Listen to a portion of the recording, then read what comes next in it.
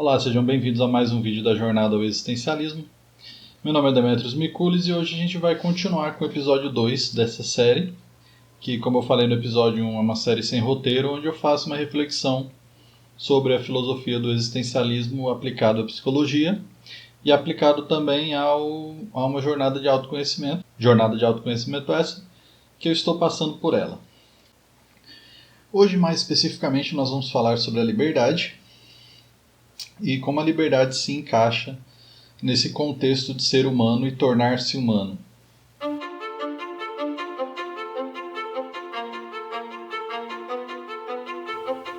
É interessante pensarmos na liberdade quando estudamos Sartre ou outros autores existencialistas, que eles consideram que a liberdade ela é máxima do ser humano.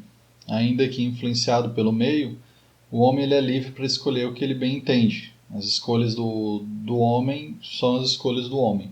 Não... Mas nós sabemos que não é bem assim que acontece.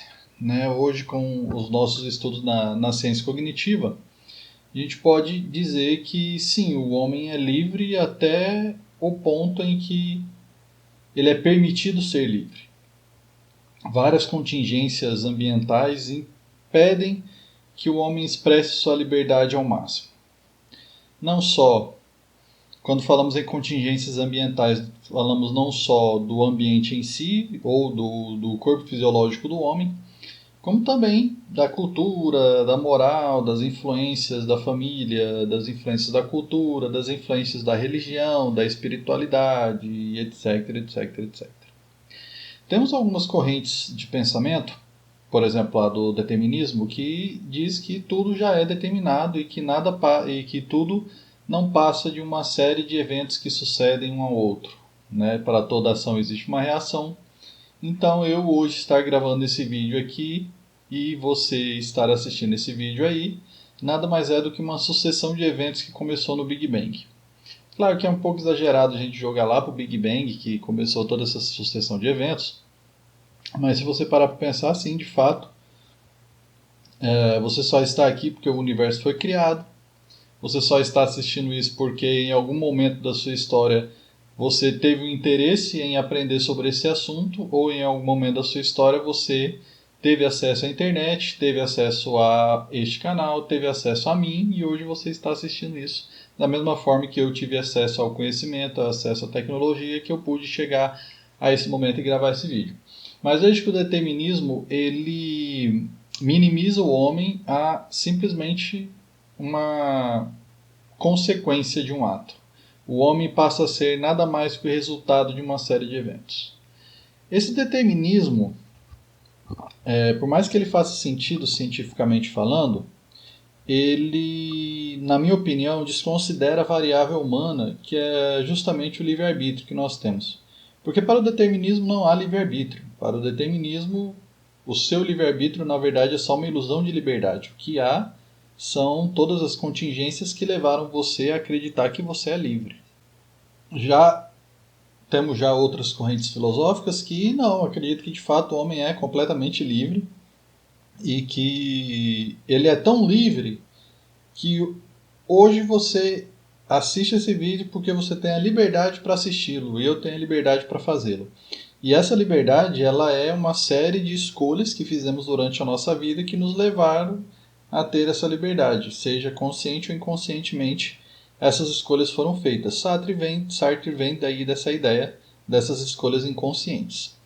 Mas veja que, mesmo que a gente considere que o homem, pelo fato dele existir em um campo que a sua existência precede a essência, né? Ou seja, ele escolhe ter a essência que ele tem hoje, ainda assim ele é influenciado por N fatores, N variáveis que não necessariamente fazem com que sua liberdade seja 100% eficaz. Então, se nós temos por um lado alguém que acredita numa liberdade total e por outro lado a ciência vem dizer que há um determinismo para as coisas, que há um determinismo para tudo que acontece, como é que fica essa questão para nós seres humanos quando nós decidimos buscar esse autoconhecimento? Será que a gente simplesmente pensa assim, não, de fato, então já que somos todos resultados de consequências, eu vou ser apenas uma consequência e seguir o fluxo. Minha vida vai passar como se nada tivesse acontecido. Apenas mais uma engrenagem aí nessa grande máquina. Ou eu vou me rebelar contra o sistema, me rebelar contra essa ideia determinista e falar assim, não, eu tenho a liberdade para fazer o que eu bem entender. Vou viver sem roupa, vou viver pelado, vou cometer crimes, porque de fato tenho a liberdade e sou capaz de fazer isso. Veja que nenhuma das duas dá ao homem uma realidade consciente, uma realidade cognitiva. Porque quando nós pensamos na cognição humana, é uma coisa que ela transcende o determinismo, é uma coisa que ela transcende a essência das coisas. Quando eu falo essência das coisas, eu estou dizendo que os objetos têm a sua essência, seu objetivo final, assim como os animais, a natureza e toda a criação que conhecemos até o momento também tem seus objetivos pré-determinados no ecossistema, e o homem é a única criatura do mundo, pelo menos até o momento que nós temos conhecimento, que transcende essa questão. É o único homem que é capaz de ir à Lua, por vontade própria. É o único homem que é o único animal do planeta Terra que, se ele quiser, ele pode construir uma cidade. Ele pode transformar matéria em outra matéria. Então nós temos esse poder, essa cocriação, digamos assim. Então, se nós pegarmos essa ideia de que o homem transcende essa questão do determinismo, mas não necessariamente ele é um ser completamente livre porque ele é influenciado pelas suas contingências, como fazemos para que o ser humano expresse-se de forma mais natural possível e alcance em si mesmo uma natureza que é dele, uma natureza que ele pode falar assim, este sou eu. E aí é que entra, por exemplo, a psicoterapia humanista, que entra a psicoterapia existencialista, né? Tem até uma discussão se o existencialismo é humanismo, e eu acredito que sim, mas isso vai ficar para os próximos vídeos, nós discutimos isso, que é nós diminuirmos as variáveis, diminuirmos a expressão, diminuirmos a opressão da sociedade, da cultura, da moral, da ética, da religião sobre o homem, para que o homem possa expressar-se sem determinados grilhões que impedem ele de se expressar de forma completa. Isso, gente, eu estou falando levando em consideração que vivemos em uma sociedade com leis, uma sociedade com regras, uma sociedade com morais, com éticas. Óbvio que eu não estou querendo me induzir ou induzir quem assiste esses vídeos a cometer crimes ou nada antiético, mas pelo contrário, expressar-se de forma natural e mais próximo ao eu possível, ainda convivendo com o outro de forma harmoniosa. E olha que sensacional é isso, porque se você consegue ser você mesmo e consegue viver em harmonia com os outros, isso significa que você não só transcendeu o determinismo, transcendeu aquilo que esperava-se de você pelas normas sociais, pelas normas morais, culturais, religiosas, etc. Mas ainda assim você consegue se tornar um membro da sociedade saudável, um membro da sociedade efetivo, um membro da raça humana que funciona para a raça humana e além de para si mesmo. Como isso é possível? O Carl Rogers ele é humanista, ele tem a sua terapia centrada na pessoa, que eu acho linda e fenomenal, e ela é muito bonita mesmo, ela tem uma beleza na teoria. Eu não sei explicar exatamente como essa beleza existe, mas ela existe. E ele fala que sim, se o homem tornar-se quem ele é, ele diminui-se a angústia, diminui o sofrimento. Isso já é mais do que comprovado na psicologia e na ciência cognitiva em geral, que quanto mais o homem se expressa e mais o homem é o que ele é, menos sofrimento, menos angústia ele sofre. Isso significa que o homem pode fazer o que ele bem entender? Não, de novo. A liberdade é você ter uma consciência de todos os seus atos de forma crítica, de forma que você entenda por que você está fazendo determinada ação e você escolhe fazer essa determinada ação. Porque se reduzirmos o homem a um animal, digamos assim, o homem, se você reduzir ele ao que ele é naturalmente, ele se torna um animal, você solta a besta interior, né? Ele se torna ele vira puro id, se usarmos aqui um termo da psicanálise, ele vira pura natureza, ele só vai querer saber de comer, transar, copular, sabe, não é isso. Porque quando você tem a liberdade de agir, você usa a sua razão, a sua consciência crítica para agir. Então, aquele que se entrega aos prazeres do corpo, um hedonista, por exemplo, um completo hedonista, ele não está sendo livre. Ele está sendo, na verdade, simplesmente guiado pelos seus desejos. Ele está sendo um escravo dos seus desejos. Ele está apenas obedecendo os seus desejos. Ele não está tendo a liberdade de escolher, não, eu quero esse desejo por causa disso, daquilo, eu considero ele assim, assim, assim, assado. E isso é muito interessante, porque isso leva a uma introspecção da pessoa, pelo menos da minha parte, me levou a uma introspecção muito grande de todos os atos que eu realizo. E alguns atos que antes para mim eram fardos, eram desgastantes e me incomodavam demais, se tornaram apenas situações em que eu escolhi agir por causa que eu considerei ali o melhor curso de ação. Da mesma forma, paixões e forças naturais, forças culturais, elas se tornam mais suaves. Porque você entende, sim, estou sentindo isso, mas eu posso escolher agir de determinada forma, posso escolher agir de uma forma que ela reduza, posso agir de uma forma que eu me entregue completamente a ela, mas ainda assim é uma escolha consciente. Claro, temos aí mais um argumento. Se você escolheu agir de determinada forma, foi porque uma série de contingências te levaram a agir de determinada forma. Sua fisiologia, sua cultura, sua ontologia, tudo te levou a agir de determinada forma que você está agindo hoje. Mas se levarmos isso em consideração, novamente, nós desconsideramos a variável humana, nós desconsideramos a transcendência que a consciência tem na existência do ser humano. Falar que a consciência ela é uma variável simplesmente fisiológica do ser humano, você desconsidera uma subjetividade absurda da discussão. Então, beleza. Tendo dito isso, entendemos o ser humano livre, entendemos o ser humano consciente, que a consciência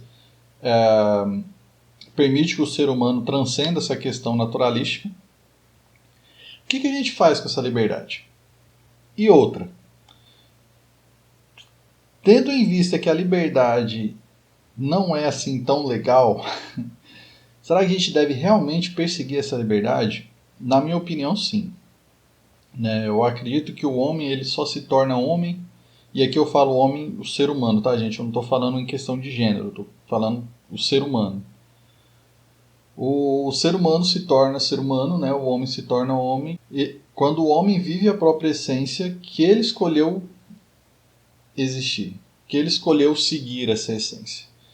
Então eu estou seguindo a minha essência que eu escolhi, desconsiderando variáveis fisiológicas, desconsiderando variáveis ambientais, culturais, que oprimem e que influenciam determinadas escolhas. Se você parar para pensar na questão do poder, e principalmente quando a gente fala em poder, a gente pode usar muito Michel Foucault, quando ele fala das estruturas de poder, né, do micropoder mesmo das instituições, escola, igreja e tal, a gente vê que tudo é moldado para que você siga uma determinada forma de pensar, uma determinada forma de agir e que em algum momento da nossa história isso foi considerado certo. Em que acreditar também, né? E com a liberdade você entende que determinadas coisas do nosso sistema não são exatamente como deveriam ser, não são tão boas quanto deveriam ser, algumas coisas da nossa religião também não são tão interessantes, não são tão corretas como deveriam ser, e você se torna uma pessoa capaz de uma análise crítica e capaz de seguir uma forma de pensamento diferente da manada que te proporciona uma visão mais clara do nosso mundo. Isso é bom? Depende. Na maioria das vezes, na minha opinião, sim. Causa mais sofrimento. Porque quando te falam como pensar, como agir, quando você se torna um homem-máquina, é muito mais fácil de viver. Você vive de acordo com determinadas regras, com determinados objetivos. Você não precisa pensar por si só. Você só precisa pensar, olha, se você for bom aqui, quando você morrer, você vai para o céu. Olha, bom é ter dinheiro. Você deve sempre procurar ter mais dinheiro. Sempre são, né, maneiras ali de pensar e agir para movimentar a nossa máquina capitalista. São maneiras de agir ali, pensar para a gente seguir com esse pensamento de manada, com essa forma de mais obediente de comportamento, né? Somos os cordeirinhos, por aí vai. Mas não criticando a religião, cada um segue o que acredita, mas a pessoa ter a liberdade e permitir-se ter essa liberdade é o que impulsiona ela a procurar novos horizontes, novos paradigmas, entender o mundo de uma forma mais ampla. Abre-se um leque em sua mente que expande a sua consciência de tal forma que a realidade ela é muito maior, muito mais absurda do que é nos levado a crer, é nos levado a imaginar. Sartre diz que a liberdade causa náusea. E é um choque, de fato, muito grande quando você percebe que grande, na verdade, a grande maioria do que acontece com você é sua responsabilidade, é sua culpa. Culpa entre aspas, tá, gente? Porque você fez escolhas que te levaram a estar nesse momento, ainda que algumas escolhas podem ter sido inconscientes, e que só depende de você alterar esse seu ambiente para que você se torne outra pessoa ou que mude a sua própria realidade. Na psicologia a gente fala muito que se você quer mudar alguma coisa, mude o seu ambiente, mude seus comportamentos, que a mudança vai te acompanhar. E de fato é assim. Não adianta pensarmos que haverá uma grande solução mágica que vai cair do céu e que vai nos permitir nos tornarmos um homem melhor, homem aqui novamente, um ser humano melhor. Na verdade, o que vai depender mesmo é a transformação que escolhemos seguir. E nesse ponto em específico, o existencialismo e o humanismo, eles pegam você e destrincham para que você ache ali seu ponto em que, esse aqui sou eu. De fato, estes são os resultados das minhas próprias escolhas. Então, se eu mudar a forma que eu vejo o mundo, mudar a minha percepção e começar a pensar de forma crítica em minhas escolhas, eu posso alterar a forma que eu me sinto. Sim, isso acontece. Eu gosto muito também da psicologia junguiana, quem segue meu canal aqui sabe disso.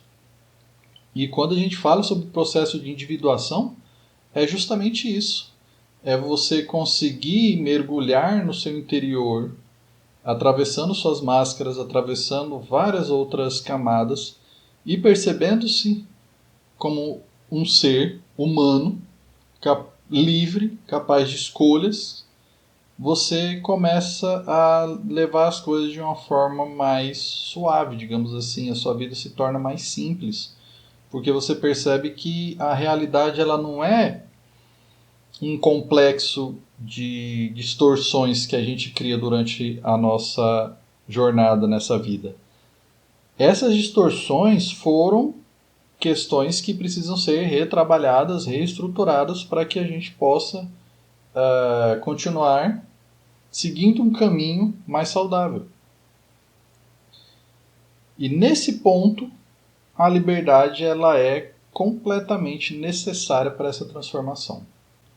Concluindo esse pensamento sobre liberdade, e se você quiser se aprofundar no estudo de liberdade, eu aconselho que você procure vídeos específicos sobre o assunto de liberdade, vídeos específicos que eu falo o que Sartre pensava sobre liberdade, o que é a liberdade no humanismo, o que é a liberdade, e estudar a liberdade, porque aqui é uma reflexão minha sobre o conceito de liberdade, sobre como o conceito de liberdade é aplicado à psicologia ao existencialismo, ao humanismo e à minha jornada de autoconhecimento.